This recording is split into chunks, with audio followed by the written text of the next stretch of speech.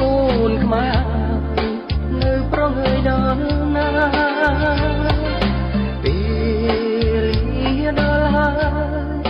អូកូនខ្មែរនៅប្រងើយដល់ណាព្រោះជាតិខេមរាត្រូវការរូបអ្នកទៀតហើយព្រោះជាតិខេមរាត្រូវការរូបអ្នកទៀតហើយអោគុលបុត្រនៅតាអ្នកភ្លេចហើយឬពុំខាងវតាយើងត្រូវតែរួមគ្នាកសាងខេមរាឲ្យបានគង់វិញឡើង